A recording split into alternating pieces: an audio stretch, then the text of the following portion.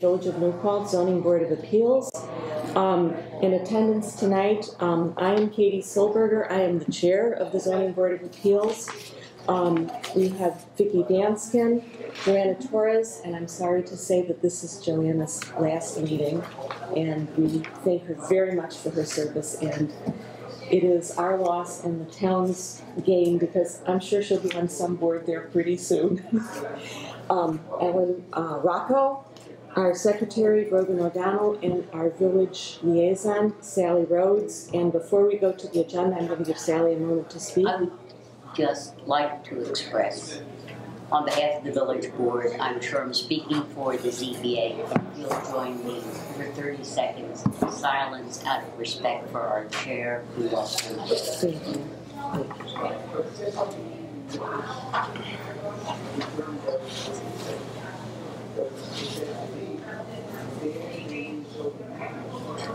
ZBA 1501, commercial lot coverage area variance for 71 Main Street. Would you care to join us at the table? Thank you. Hi. My name is Steve Goldman. Hi, this is my wife, June. Hi. Right, we've owned the building at 71 Main Street for about 27 years. And we lived in New Paltz for a little over 30 years, but outside in the town. So what I'd like, with your permission, is to divide the store Earth Goods into two stores. The reason being that nowadays it's very hard to rent retail space, especially this is one of the larger stores, I believe, that's in downtown New Paltz. Could you let me just get a little bit of procedural stuff out of the way, and then we will have you speak. But oh yeah, Sally, could you close the door?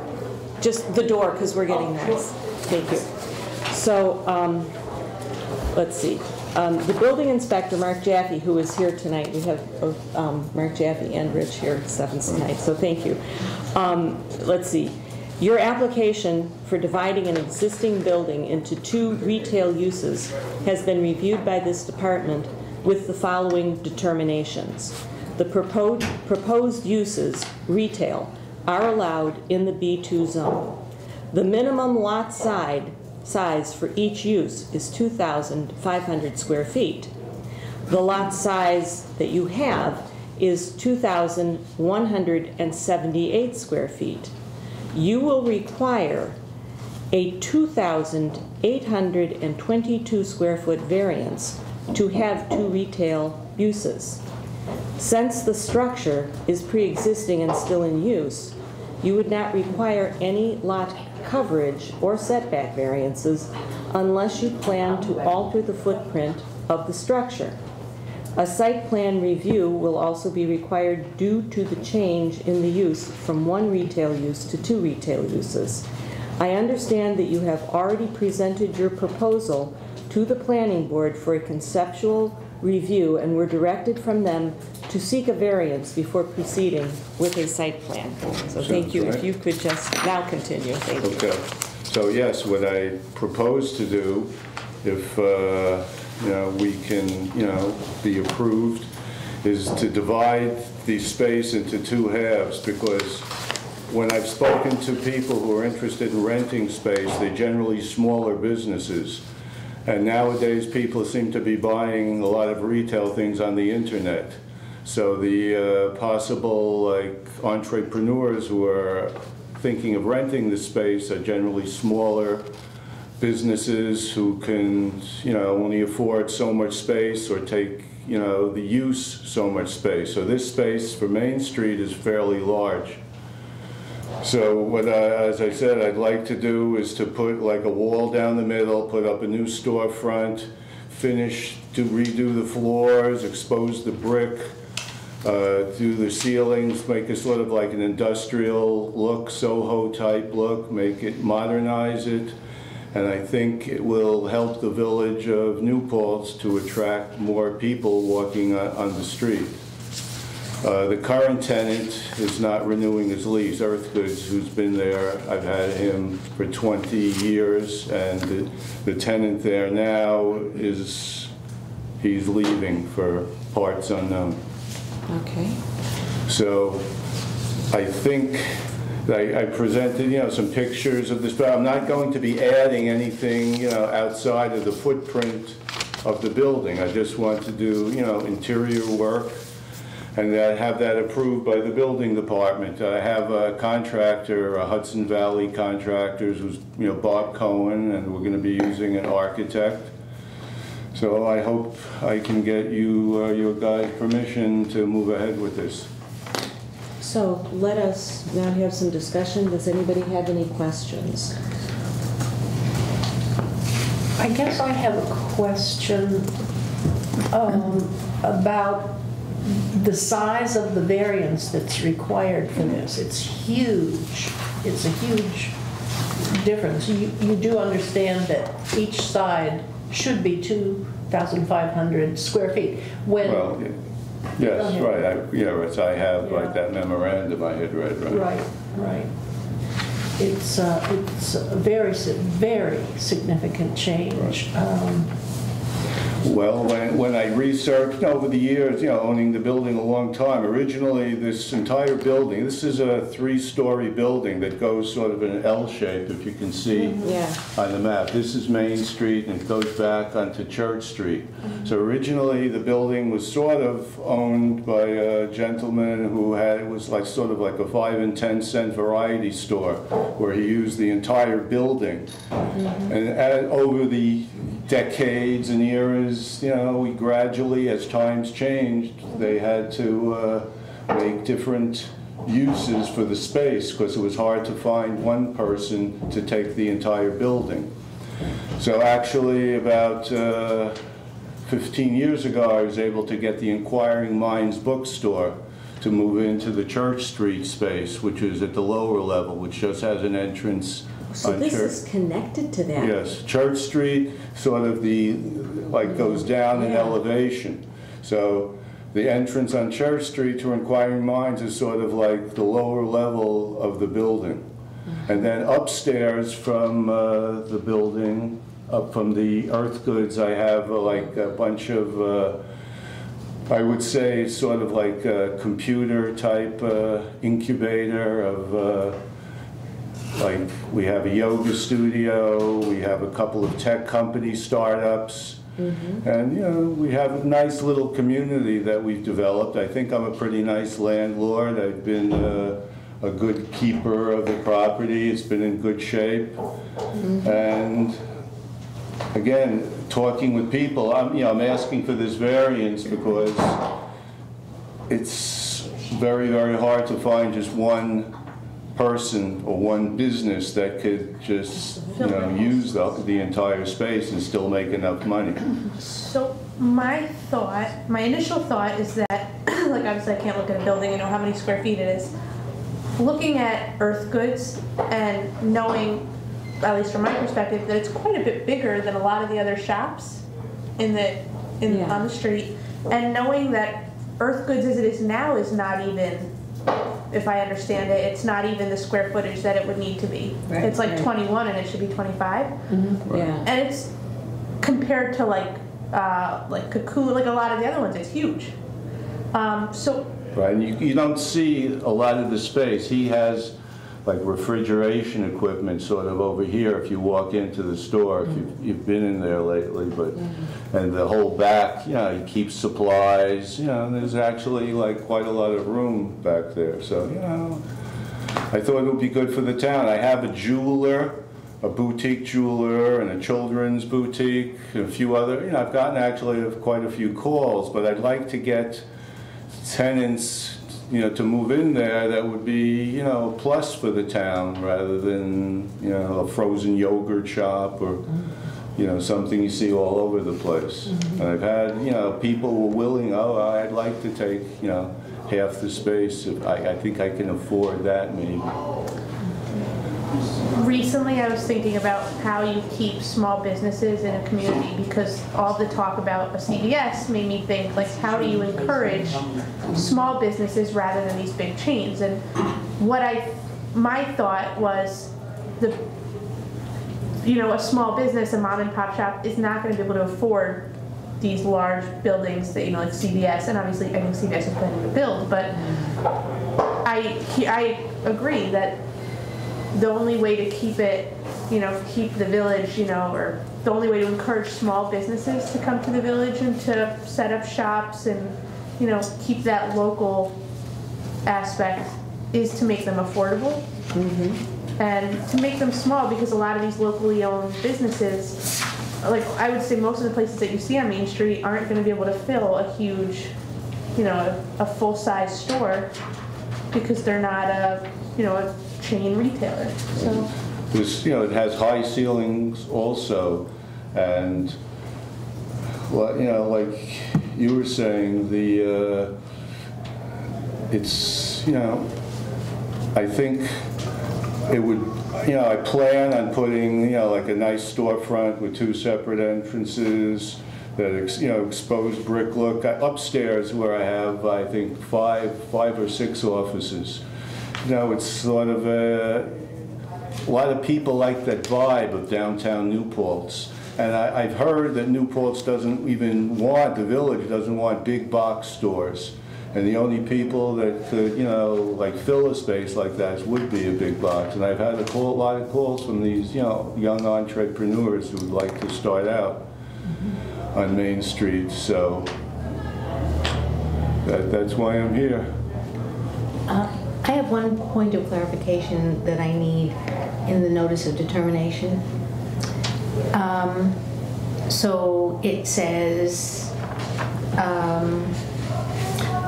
I guess what I'm not sure I'm clear about is what's the difference between, you say would not require any lot coverage or setback variances. Setback variances, I know. Lot coverage, how is lot coverage different from the space requirement that's based on the size of the lot? Well, the coverage is how much of the land is taken up.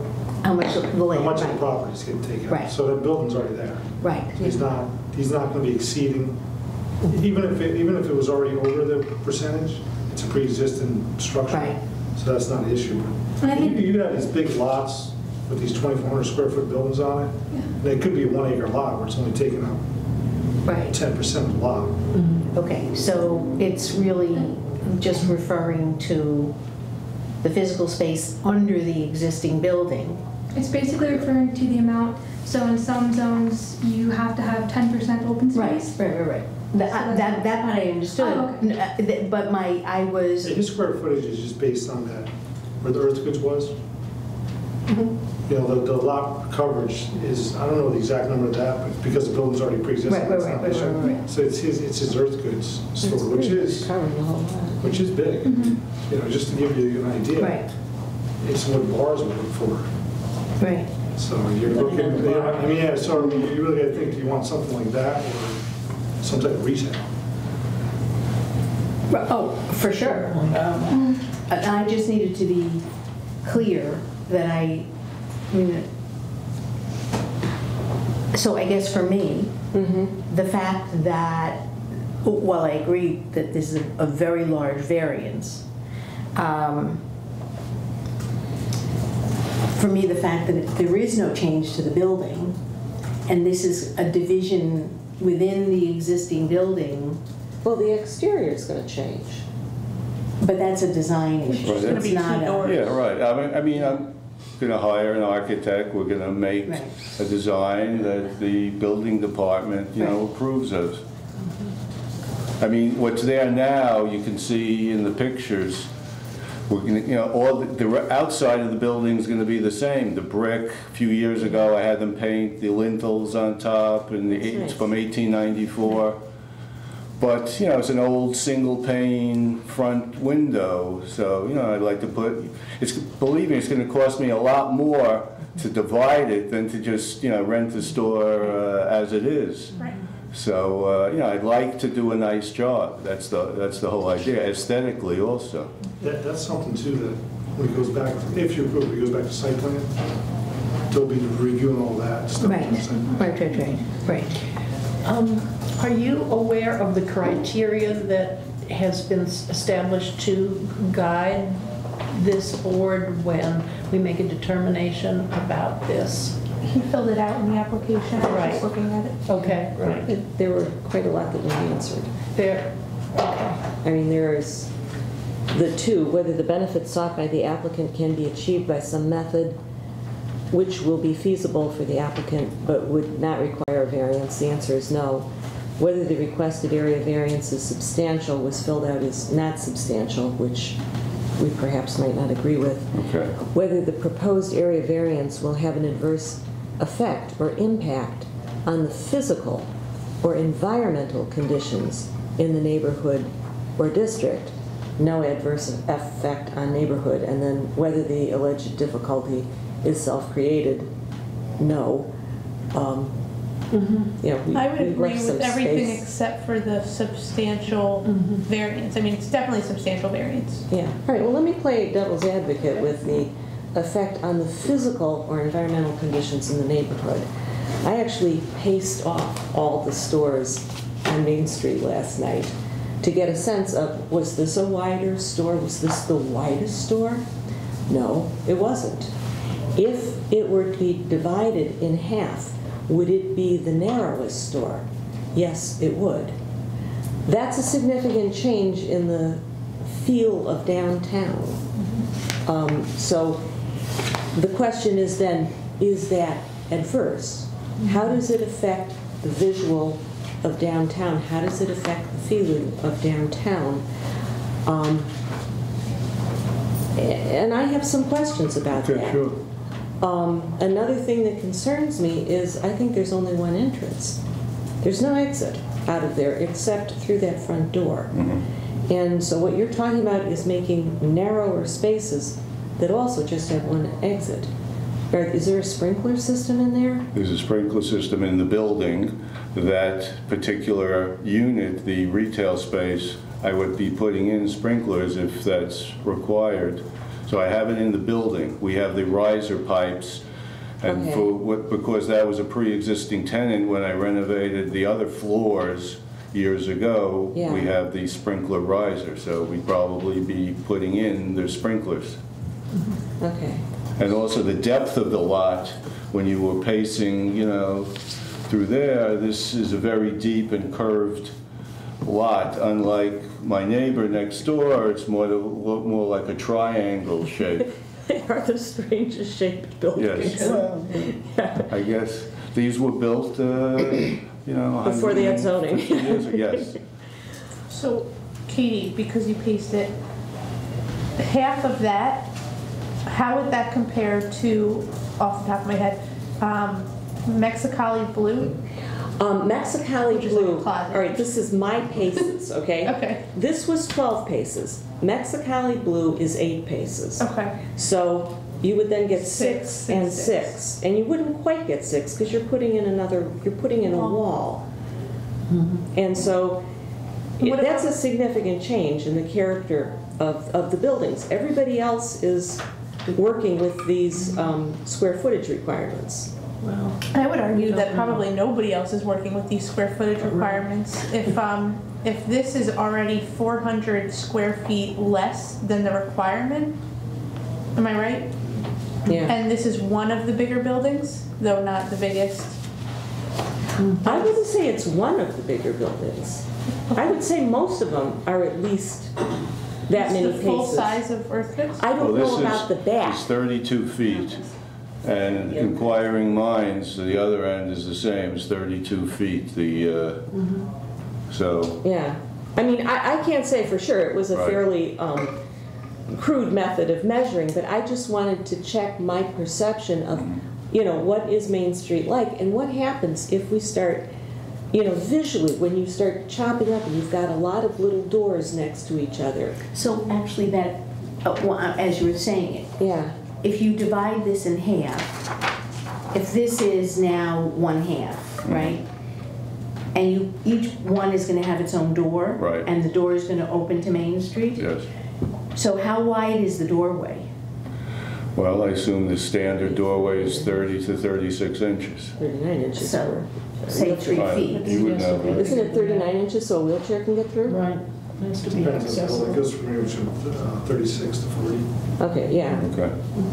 So do we still have space for windows on either side of the door, for instance? Well, we're going to try. I mean, I'm hiring an architect who's going to give a plan to the building department, who's going to try to make it as desirable as possible so that more people will be coming to walk into these stores and more people walking on Main Street during the day, nights, I think is a positive for the town.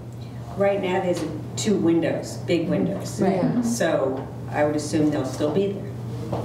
Well, you lose this door. Wouldn't you have to, Well, we put I don't know if you see, there's an entryway there, and I was thinking, in my mind, I'm not an architect, but put them in, there's a little vestibule when you walk in to put the doors sort of on the side, so it wouldn't really take up, you know, the frontage Facing space. each other, kind of? Yeah, right. so you'd walk in one door and then you'd turn to the right or the left? Yes, right.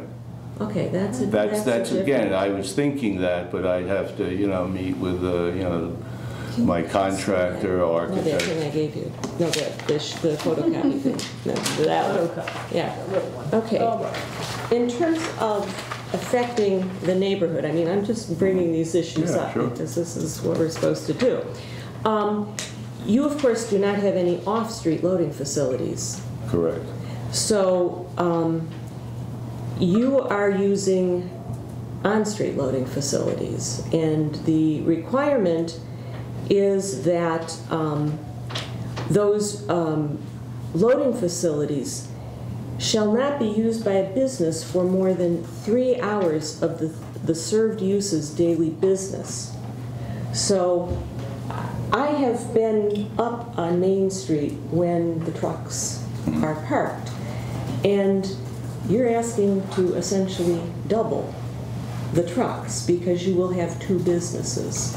Well, it depends, again, on the business. If you have a jeweler, I don't think they're going to be having trucks. A children's boutique, yeah, they might be. So it really depends on the mix of tenants that we can get. You have had an admirable record with keeping your tenants a long time, and I've got a lot of respect for that. Thank you. But, you know, we are making decisions that are going to apply for many more years than we are all going to be here. So you may have very desirable tenants right now, and times change. So we also have to think about in the future, if we subdivide this, are we doubling the amount of trucks that could be parked out on Main Street for offloading? Or, you know, should your space essentially get double the amount of time? Or do we say, well, but they can only have an hour and a half for each business? Or, you know, it has an effect on the neighborhood. That's true. The other alternative is, if I would be allowed, but I'm not sure, to build a staircase on Church Street, but I doubt that's going to probably be, you know, a lot more of a problem. What do you mean a staircase? I'm not following. If you built, because Earth Goods comes back and goes out to Church Street like this, and it's really the second level above the Inquiring Minds.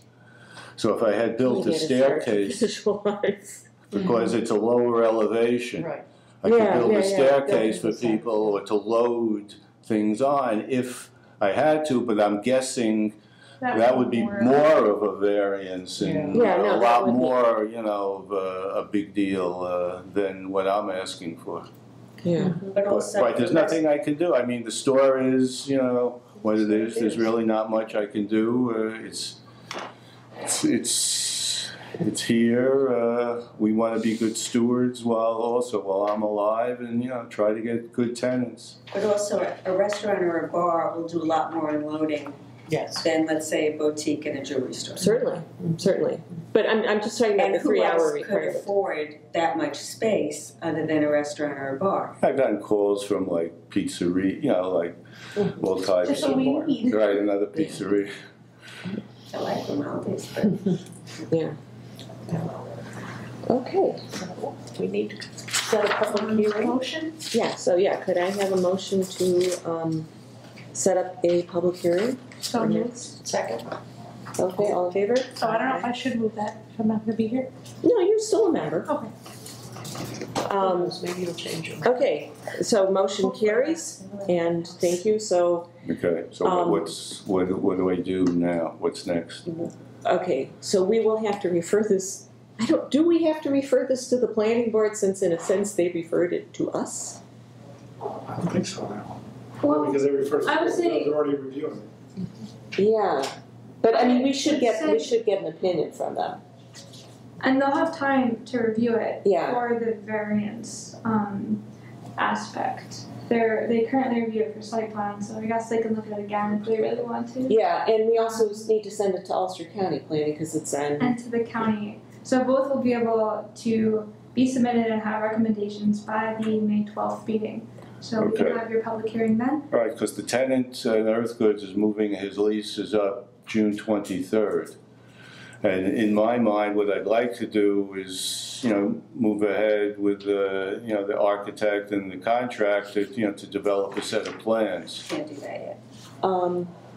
So would we know by next month? You'd be doing that at your own risk. Yeah, I could, yeah, right, yeah, sure. well, We can't. Depending on- I'd just like to We have know to- an we idea have of to the do the notice. timeline that, Yeah. what happens here. I'd wait for the. Yeah. So don't do anything. You still have planning board, yeah. yeah, Okay. yeah. And you will talk to them about doing the noticing of the neighbors. Yeah, I'll email you a list of all your neighbors within 200 feet, and you Okay. just get mailings 14 days before Right. your public hearing. Okay, And I was just gonna say, look at the criteria that we're required to consider when we make the decision, because we put those into the application form precisely so people are prepared for what we're legally required to consider. Can I So ask you something though? Yeah. Where did they come up with 2,500 square feet? that is an issue you have to take up with the village board. We are an appointed board, we are not elected, and we do not So you legislate. didn't make that decision? So if you are unhappy with what the code says, I'm not changing it, right? we're not Well, we're not the mechanism by which to achieve the change. Because that's a hard amount of space on Main Street. well, right, and the older, build, for new buildings, it's a whole different story. We're talking But about for that's the village, pre-existing right? buildings. Right, just for. Maybe something that would be helpful for the upcoming meeting is, while pacing Main Street's really helpful, it might be helpful to look at all of the storefronts and the square footage and the use. So Yes, my pacing was pretty inaccurate, I'm sure, but it was just, I was trying to get a feel for things. yeah, no, completely. So for example, like Groovy Blueberry and Moonlight Cafe, I believe, share a parcel. So it'd be interesting to see how that's divvied up, because that could be comparable, and to just kind of get a better basis for how a variance could and could not be granted. Right, yeah. I mean, if somebody can give us that information, that's very useful. Yeah. I don't know if we. I mean, that's something I could definitely look into. I was looking into it a little bit before the meeting, and GIS has the majority of this. If you would do that, that would be very helpful. Yeah, sure. That would let us put it in a larger context. And I'll send it out to you guys too, so Thank you can you. get a gist. Okay, thanks. Yeah, but if you're not, if you think there need to be changes made to the village code, definitely go and talk to the village board, because they need to hear from people. And I mean, I know it's not easy, but this is how the system is set up. So. Well, maybe in our findings, if absolutely no storefront meets the requirements, maybe we can just send that to the village board and say, let's find a median. That's a good point. That's a very good point, because it's all built out. That's the good news and the bad news about the village is the retail area. It's all built out. It's a matter of what can we do with what we've already got. Right. Okay, so this May 12th meeting, the next meeting would be a public hearing? Yes. Okay, and is it generally I would attend? You would attend, Okay, yes, and absolutely. have field questions from people? Is that how it works? You don't field the questions from them. People will Okay. make their comment, Okay, and then we will discuss as a board. okay. And we may ask you questions at that point. So just make sure it's properly noticed, because if it's not, then we can't hear it on May 12th, and then it'll put you back another month Yeah. So And what do you mean by, You have what do I have? Brogan's gonna Oh, let you you'll, know. oh, she'll. Yep. Brogan Brogan will, send- yeah, Thank you. and work with the building department because Okay, they will help you. They're good people yes. and they will tell you what you need to know. You know, they're good folk, so they'll get you on the right track. Okay, great. Thank you Okay. very much for your Thank time. Okay, I'll see you guys. Okay. Thank you. Sure. Thank you. I'll be in touch. Okay. So, the second item on the agenda is ZBA 1502, code determination of commercial uses. Mark, would you care to come to the table? Yeah, come on, Rich. To drag him up to. Yeah, you guys can move up too if you just want to get a better look at things. His code book looks like mine. It's got all the little Post-it notes everywhere. I have to bring you my code book. You need updates? Oh, God, do I need updates? I've been mainly using the online. Oh, no. I just got a good question. Is he the new appointed zoning board? He Yes. might, because he's gonna be starting the next meeting when you leave, right? That's right, and that's, He might not be this is involved Tony in this. He might want to Saraceno. be involved in this. Yeah, There you so- go. Maybe you should sit at the table. Yeah, because he's a zoning, he was appointed, right? not until, But he might want to May join us 1st? just because he's gonna be Would you like working to out a decision too, I Stick guess. if around he was, by right? Ellen? Is there? yeah, because Yes. we're just hearing. I think this is, we're not violating anything. Yeah, he come just on. has to be here for the public hearing. Right, So, yeah, so you can Right, discuss so- anything you want tonight. if you wanna, Here, come, yeah, come probably down around this way, it's yeah. gonna be easier. And watch your head. You have to, you Yeah. have to really bow low. Okay. Well, this is exciting. I didn't know that we had I was only sworn in today. We heard it earlier, so I said, when I saw him, I said, that's. Am I pronouncing your name correctly? Saraceno. Saraceno? Yes, okay, so this is Alan Rocco.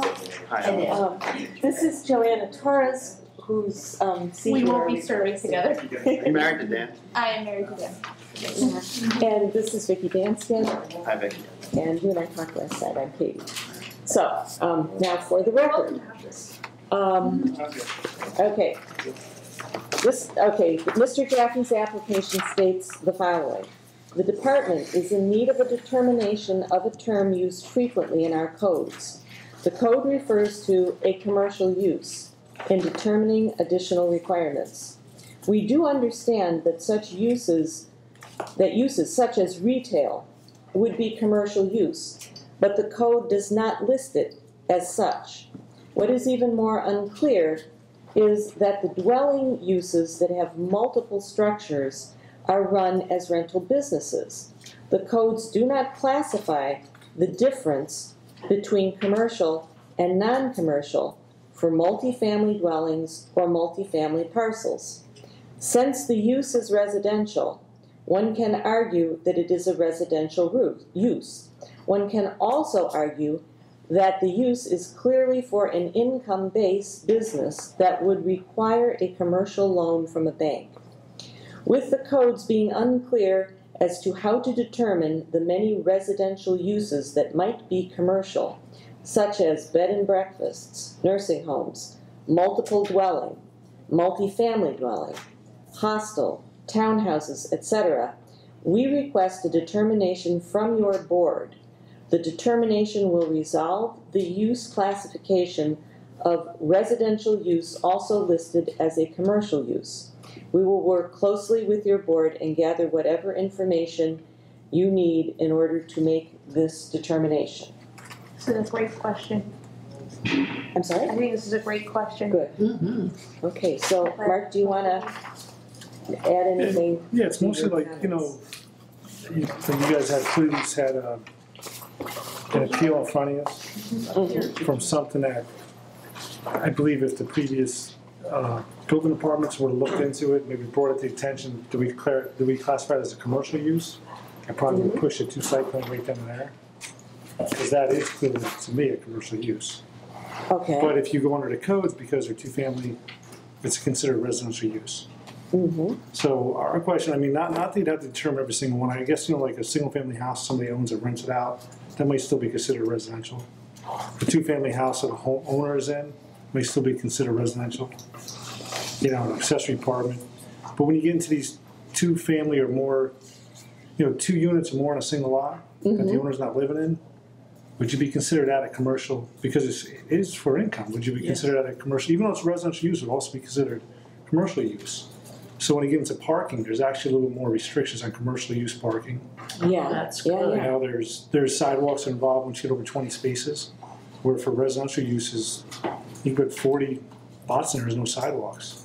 You know, so it's that whole thing where, so the code doesn't really spell it out. You know, almost like even like the hostel.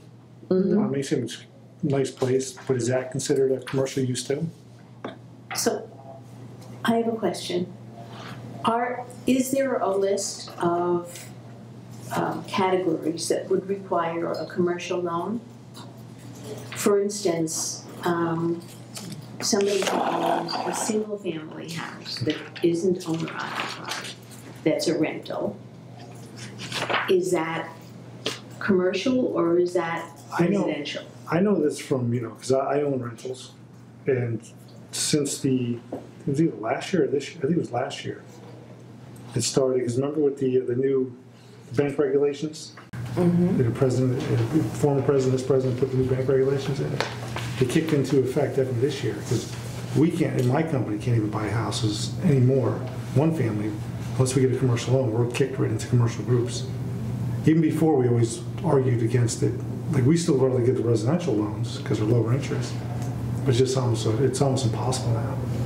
So would there be precedent for saying that any building or any use that required a commercial loan would count for our purposes as a commercial property? Well, I don't know, because let's say even if you still buy a single-family house that you want to rent it out, it's on a single lot. Right.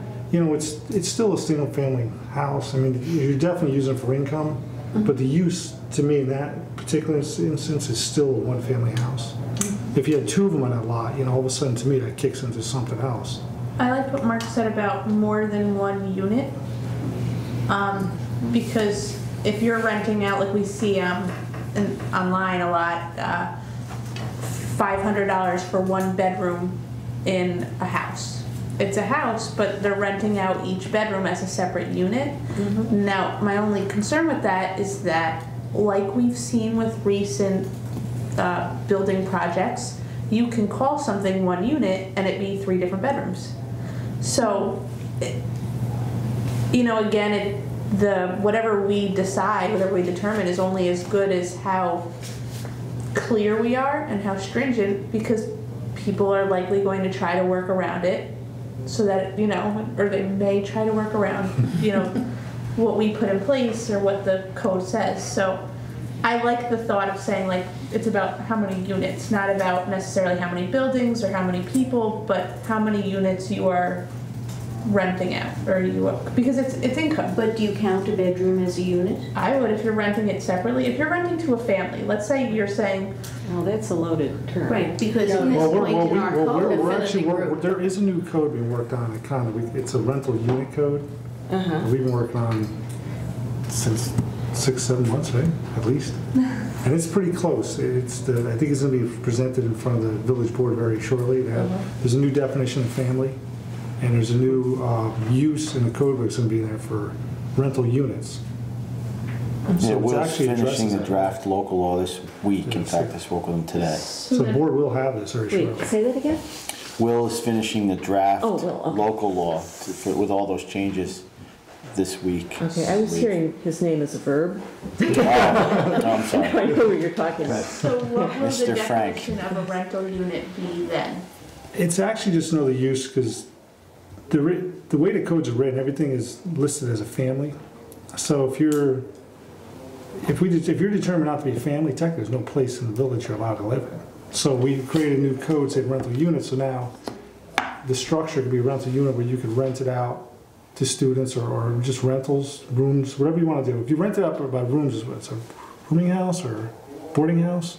There's other terms like that. Yeah, there was one definition that was missing from our code. So what people would go around and say, oh, that's a boarding house, you know, and we would look at it, we may say, okay, let's agree it's a boarding house, but when we look at these things, we have to go by what the village local law says and what the code says. And that was not defined in there at all.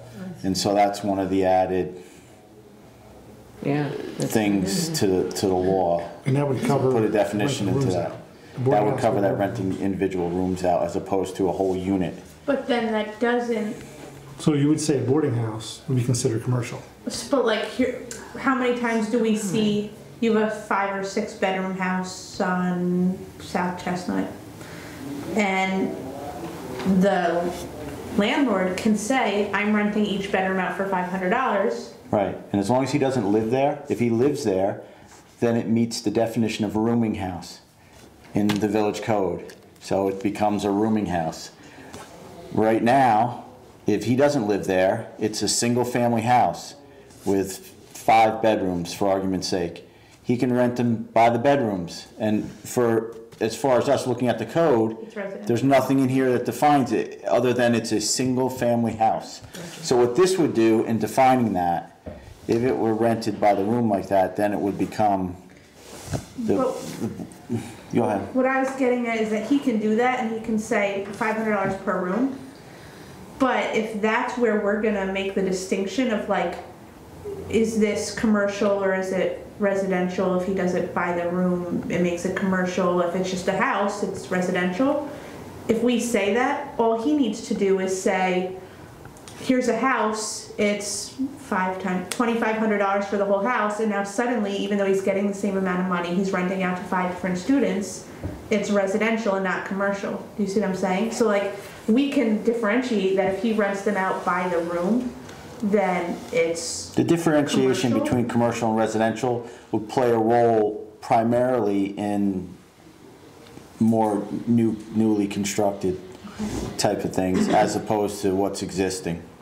In other words, if somebody has an existing place, they don't really do anything to it. Now for, if it's listed under here as a residential use, now it's a commercial use, we're not going back there and saying, okay, now you gotta do all this stuff because essentially they become a legal non-conforming use.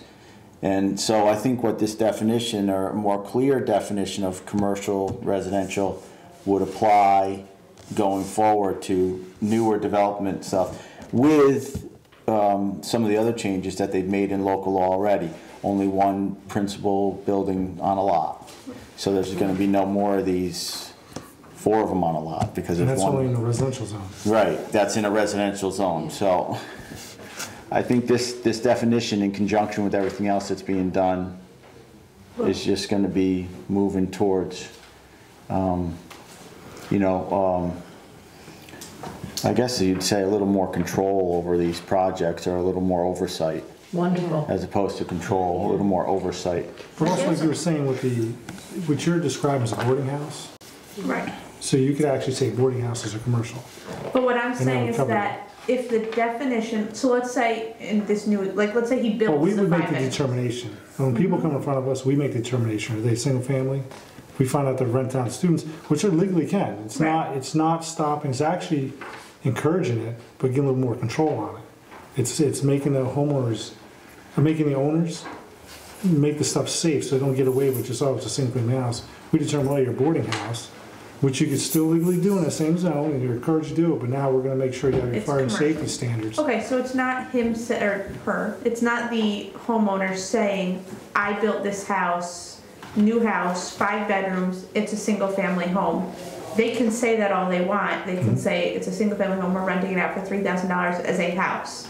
But you're gonna go in and look at it and you can say, this is clearly not being used as a single family home, this is being used as a boarding house and it's commercial. Yeah, which would fall under rental units. Okay, I just wanted to make sure because, it would be very easy, like we've seen for a homeowner to say something is, this is a, single family home. This is a- Well, they say, they always present to us what's Right, not there. but as long as And- that's not the end all be all. And we just want to make sure too that people do know that everybody you hear it all the time, they misinterpret what we're trying to do. Like everybody thinks, oh, they're stopping rental units. In this case, these codes are actually making them legal. Right.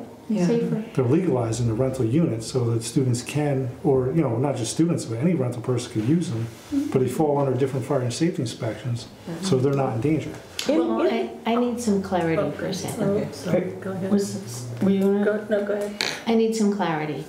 Right now, it's my understanding, which could be wrong, that if you have a single-family house, you are not supposed to rent by the room. Yep, Is that true? that's right, because if you're listing as a single-family house, it's supposed to be single-family. Okay. So we have many houses where we know that to all outward appearances, it's a single-family house. I'm not sure what the owner calls it. And the rooms are actually rented by the room. Yep. What are we if people can do that now, how does it become different by this kind of language change in the code? Well, the codes we're presenting, that's going to be in front of the board very shortly, they have the new definition of boarding house, because like Rich was saying, they mention boarding house, but they don't give a definition of it in here. So it's weird. You could do it, but we have no clue what it is. So it's defining that. And the way the codes are written now, if you're not a family, then there's no place for you in the village. Because that's all that's listed here is families. Except, of course, that isn't the way things are. So we created the rental unit definition and now lets you use it as a rental if you're not a family. But now you have to follow a couple different guidelines now. There's limitations of people in the bedrooms if you're not a family. Depending on the size of the bedroom, you can go up to 2. The room's big enough for 2. Most of it's going to be 1. And we also control the amount of parking that's allowed for it, the amount of bedrooms, because you're starting to see some, I can't say all of them, there are sometimes you see 4 or 5 kids packed into a room. You know, it's just... But this isn't legal now. Well, it is. If the room is because there's no size. definition So for you're anything saying- else. Okay, There's no so you're- definition for anything else. So let me say it a different way. Tell me if this is what you're saying. It depends if some fire safety guidelines in the code are met. If those are met, I mean. Right, so if the room is large enough, it can have 2 or 3, I mean, we You have have 50 square guidelines foot per for that. person, over one person in a room. Right. So you have a 250 square foot room, bedroom. You could have 5 people living in there. Essentially, if you had a certain size, other rooms in the building, based on And that's fire currently code. That's legal. yes, Okay, state code. okay. Because there's no definitions for anything but the family. So we're fixing that with the village. But a lot of those uses now are going to be, they still be considered residential, but should some of them be residential commercial?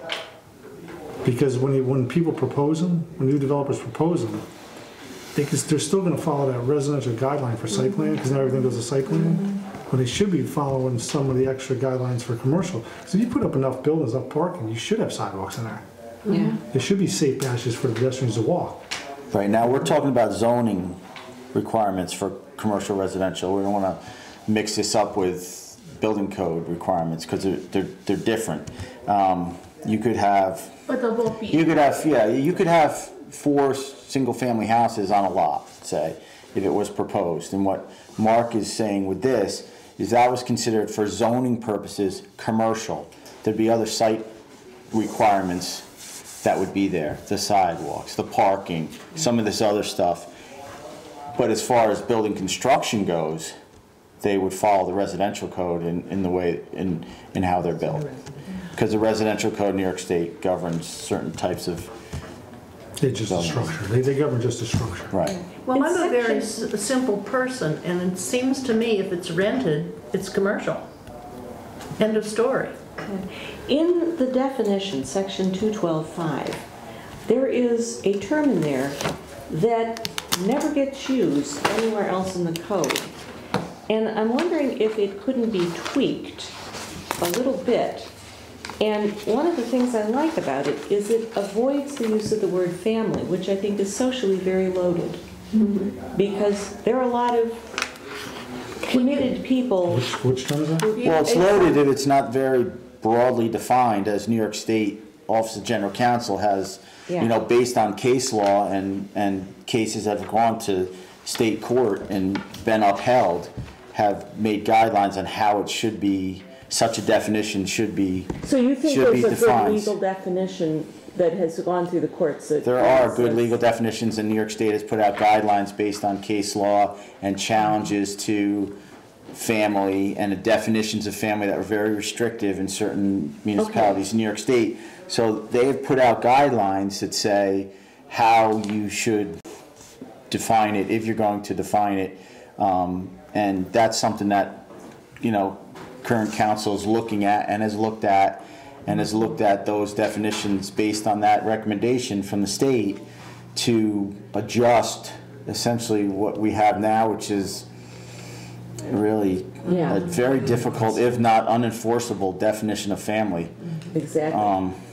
But so anyway, let me get back to this 212.5(4). We put this definition in here. It could be tweaked a little bit. Definition? It's 212.5 definitions, and it is under dwelling number 4. And it's congregate dwelling. So it avoids the use of the word family completely. And it says a housing unit where each residence has an individual, usually private housing unit. And then it says which contains a sitting space, kitchen, and bathroom in addition to a bedroom, and then immediately contradicts itself by saying a resident may share a common kitchen. If we were to have... That's getting removed. All those dwelling definitions are being tweaked as part of this upcoming draft local law. That's something that we've been looking at. Okay. Yeah, one of them is there's like in these dwelling definitions, there'll be a new one for a rental dwelling, and there's going to be some changes to some of the existing ones. Okay. I think that one might be get removed. The congregate, because that was when Will was. That was one that. Well, it doesn't get used anywhere in the code. No, But it doesn't. what I was saying is the idea that people have some individual, usually private space, a bedroom. And if they are sharing common services, and the common services could either be garbage removal or laundry or what have you, you avoid that issue of, are they a family? You just say, they have a private room, they share services, and that's a congregate dwelling. Families don't tend to live that way. So, I don't know. The other concern... Well, I would argue that families do live that way. Like, at my mom's house, I have my own room. She has her own room. We share all the services in the house. So in some ways, that's exactly how, like... That is how families live. Yeah, I mean, you could almost say like a mother-daughter could fall underneath this. Mother-daughter unit could fall underneath this. Yeah, it really is hard to avoid saying family. The other concern I have about you asking us to define commercial use is it gets used a bunch of times in the code. And so I think what you're actually asking is you want us to define commercial use of residences. Yeah, actually that's what I think. I kind of agree with Vicky in that it seems to me that the simplest way to put it is that if you are financially benefiting, if you are receiving an income from that property, then it's commercial. But you gotta, and you have to be careful on that too, because let's say you have a house and you have one, let's say you just convert your basement to add one bedroom An in. accessory Yeah, apartment. accessory apartment. So would you consider that house commercial? If you had asked I mean, me you're living 3 in it. hours ago, I would have said no. I say, but you're living in a house. It's your house. And you're renting out the basement? 3 hours ago, I would have said no. Because it's still You're that to me, profiting I know, but that's your actual true residence. That's where you gotta, when you make this decision. It has been You gotta turned decide into which one, commercial property by that apartment. If you have another daughter, it'd be the same thing. I would pose it a different way, or take something else into consideration, which I think, especially in a community like ours, is very important. And that is that it's in the community's interest to have a variety of housing available. And it's particularly in the community's interest to have proper living arrangements available. I'm purposely using it loosely. Living arrangements available for students. If we make it too onerous, then maybe the end result of that is that we don't have sufficient housing. If we don't make it stringent enough, then we have either unsafe housing or we have too much unregulated housing or whatever. And We have all of that now. Right, No, that's my exactly, fear. is that exactly. leaving And us- somehow We or have other, reaped the whirlwind. we have come to the point where we're, what, 27% owner occupied and the rest is Is that there? fully, something like that, yes. And so But much I of it would is like not to safe. propose, right, and so much of it is not legal. And I would like to propose including I go back to the owner occupied. I think that for me, owner occupied makes a very big difference. Can I play devil's advocate with that? Yes, but let me just finish my thought. There are many people in the community who need the rental income. They want to be in the community. If they are living in the house, then they provide the community with a very real benefit that's different from what benefit you would get from transient people. For one thing, they're available to serve on committees, which we certainly need. And I'm going to propose. Like building inspectors who tend to be transient. I don't, like I can't show you pictures, but I'm going to propose that if you walk down the street, you would recognize houses that are owner occupied and houses that aren't.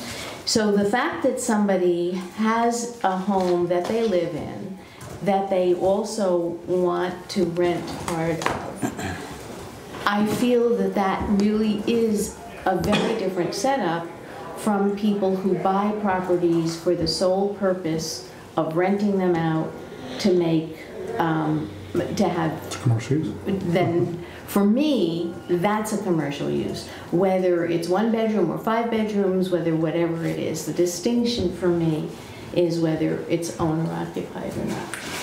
And there is something that, for single families that have accessory apartments in it, there actually is a separate code Yes. that they have to follow.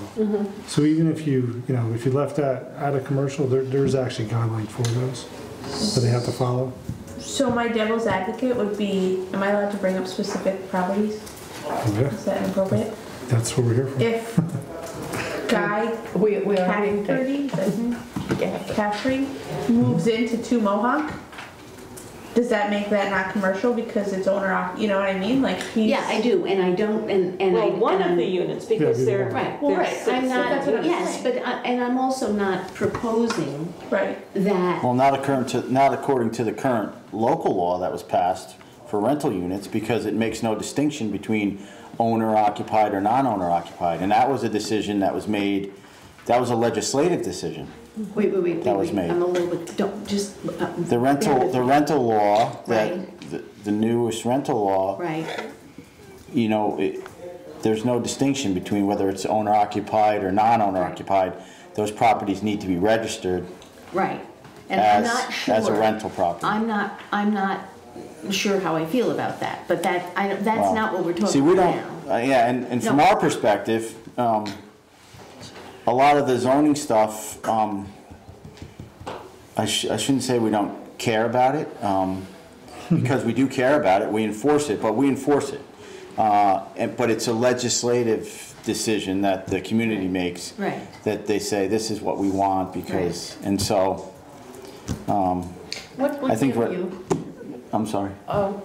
what would give you the most control over the quality of the housing stock here? It's to make it all commercial, is that right? No, I wouldn't say all of it. I mean, there's, I mean owner occupied with an apartment downstairs or upstairs or whatever. well, they're gonna get inspected. Anyways, this really is not the question They will. what's inspected. We're Okay. obligated to inspect Okay. all of them, no matter what, even if we didn't have this conversation. Even my mother's apartment downstairs.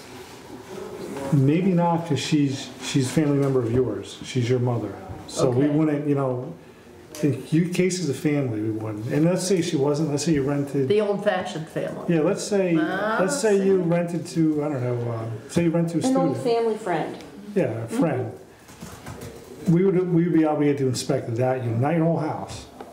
We don't have to Just inspect the, it, right, just the rental. that just- part that you're renting out. Yeah, yeah, That's it. okay. Because you're still protected under So- your rights as a single family. There's Within, also- within the code, can you give us a specific place where the term you want us to define is used, so that I get a sense Well, of what you're talking about? As an example, if the previous building inspectors, and it's not because they didn't know what they're doing, it's just known sometimes, like, we look into stuff further. Yeah, We try to find out how do you get stuff that should go to site plan to site plan. yeah, If they would approach you 3 years ago, when a project on Mohawk was brought up to the, for permit, and they would say, listen, this is commercial.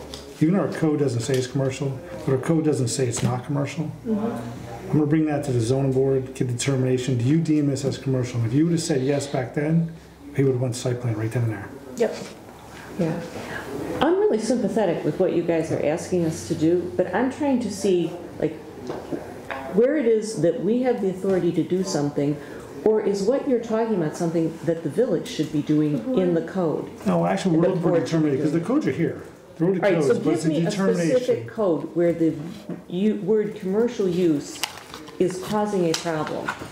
I just want to see it in a context. Oh, here it is. The little tag.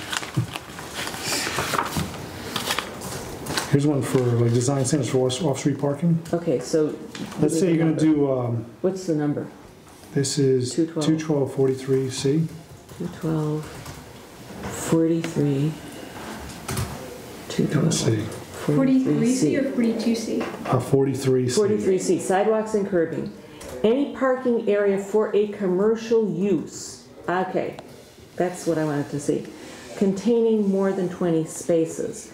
So in that case, commercial use could be for a business, but you're also saying, yeah, it really ought to be applying to a residence that has a lot of parking. That is in fact a business. That really is a business. What it's, Okay. what it is, it's a mini, even though there are two families, there are Yes. many apartment complexes. My thought is that even if we come up with something right now where we say this is how we're determining it, Yeah. it's just the four of us deciding that that's how we're determining it. I think that the bigger issue here is that it's not defined in the code.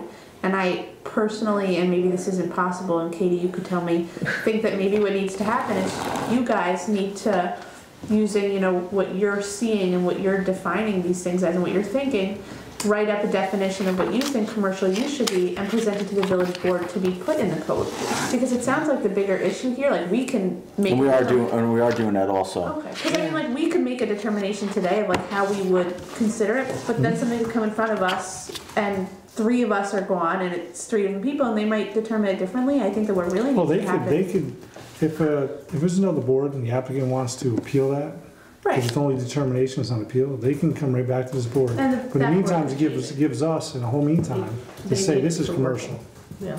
And if they don't agree, if they decide they don't want to agree with that, then they could appeal that to you they can do guys. that anytime with any part of the code. Well, they can't, if an applicant came, right, let's say we say it's commercial right now to an applicant, and they come in to appeal their decision, and whatever decision is at that point, that's it, it's done. They can't reappeal it, they gotta go Article 78 it. We're coming for determination first. So we already have the decision, so it allows the board later on, if they see a specific project that they might not consider residential, they have the ability to make that, just for that one particular site. Because if an applicant comes in first, then it will stand, and the only way it can be overthrown is Article 78 at that point. Okay. I mean, like, personal opinion, if that happened and somebody came in here, I would just look at what your recommendation was, the way that we always get something from the building inspector saying this is or is not commercial use. But the problem is it's the same thing happened last time. When- They come and say, whatever your decision is, they'll appeal it. If you go against them, they'll appeal Article 78. And because it wasn't decided permit before, it's the same thing that happened with the last applicant. So you want to It gets, decide it before we get to the that Supreme place? Court, yeah, the Supreme Court will say, look, it's You just can't do it arbitrarily.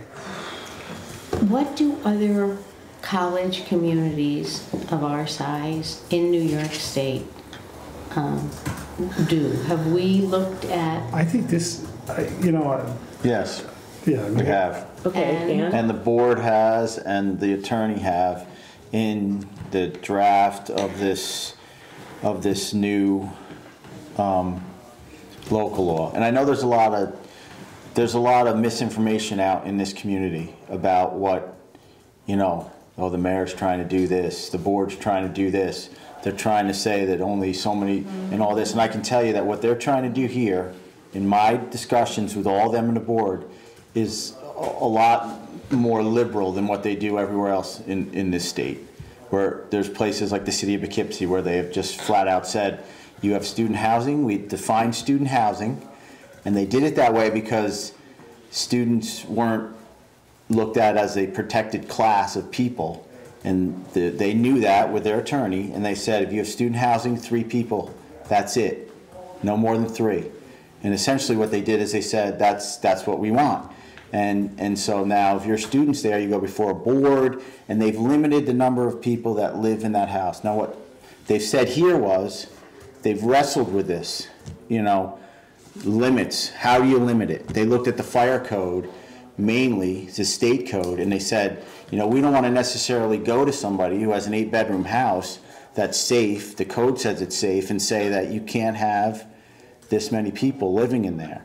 So they did it a different way, which is what you're working on what they're working on now, and basically what we did was give them information on where to look. And I can say what they've done in other college communities in this state is very, very restrictive when it comes to students and how they rent to students. They put very strict limits on it. And those have been challenged and stood up in court. A lot of them have, yeah. And ours is unique. Because of the way they've drafted those. And so, but I can tell you what this board here has done, because I hear the talk, and I don't even live here. They're trying to kick all the students out, they're trying to do this. I hear all this talk that's going on, and that's absolutely not the case. They understand, this board, that it's a very diverse community, that students, if this college wasn't here, this wouldn't be the village it is. It would be, and so that it's definitely, adds to this community. And so when they've looked at this, they've looked at it not from a standpoint where it's how we're going to kick half of these students out of every house they live in.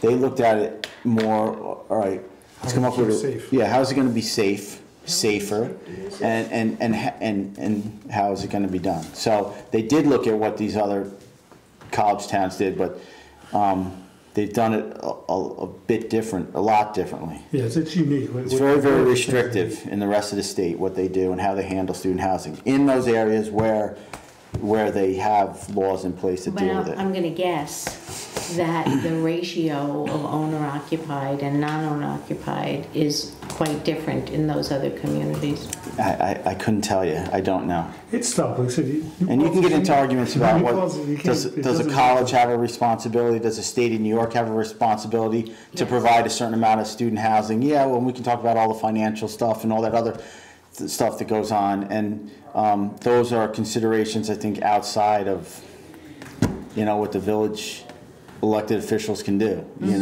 I think what they looked at is, and I think it's just it's really a market dynamic that happened here in New Paltz, and if you can buy a single family house, and even if I have a single family house and I have 4 bedrooms in there and it meets all the requirements and I can rent it out and make all this money, well, yeah, does it raise the value of that? It does raise the value of that. When I go to buy it as a businessman or someone's going to rent it out, I'm doing the right thing. Am I concerned that, a 20-year-old with a little baby can afford the house? Probably not, but that's the market at work. But then if you're going to allow the market to dictate community values or community interest, the broader community interest, then why aren't these commercial properties? Well, right, and that's a question more for the legislators, I would say. Then it's pretty clear that these are commercial properties. Right, and that's you've just given all the reasons why they aren't residential, why they're commercial properties? What's the intent? Right, and that's where that definition would help us in moving forward. They've started to do it with some of the code changes they made, where one principal building only per lot. So you will never see those lots again.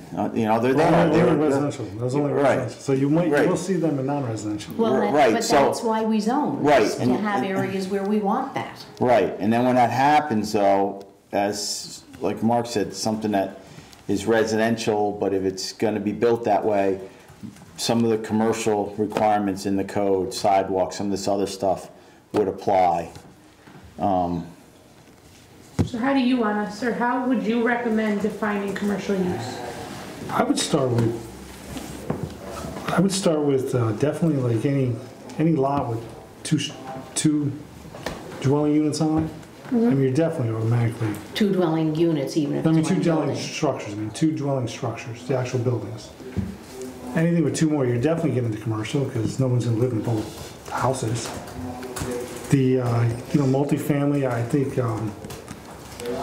boarding houses. Well, they fall under rental dwellings, boarding houses. They're not really boarding houses here. They don't provide food. They're really rooming houses. That's Board means, the well, old we have definition rooming and is. boarding houses. We also have hostels. Yeah, I mean, is the hostel?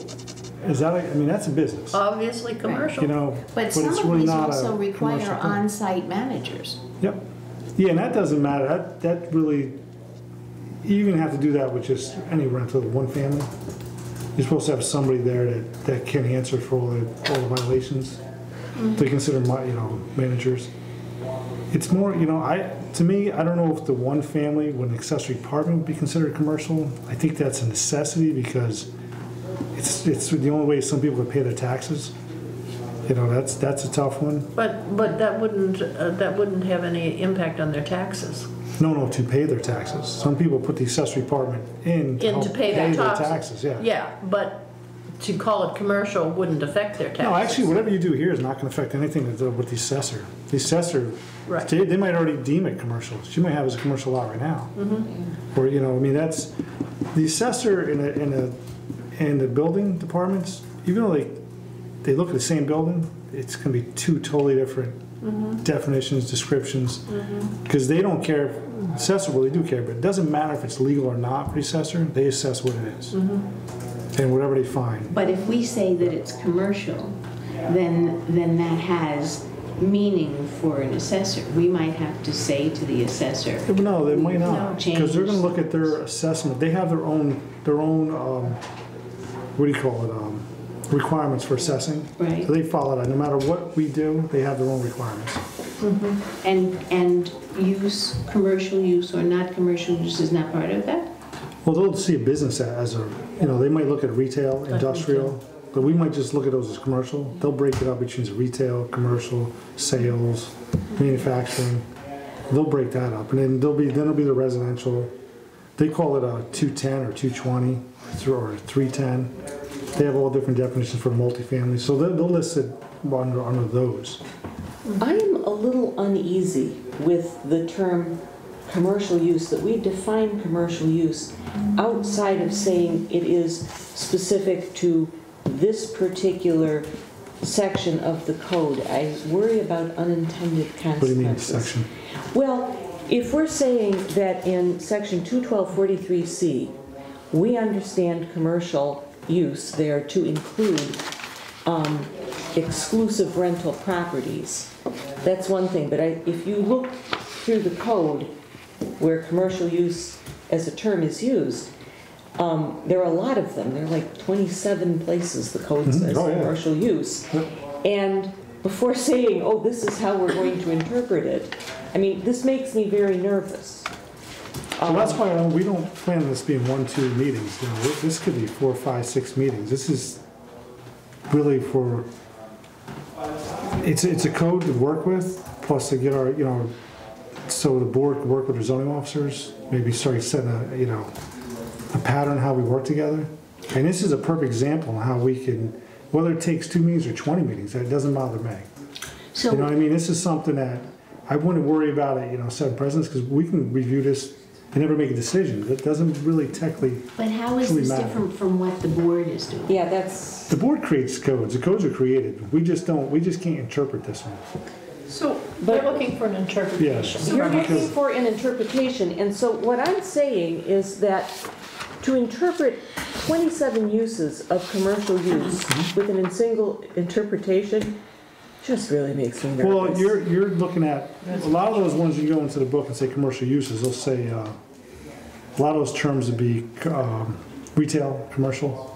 So you're not panning it with that, you're just saying, That may be, but that's why I want to peg it to a specific instance where they're saying commercial use. no, what we're trying to say is, It's residential. yeah, when does a residential also become a residential commercial?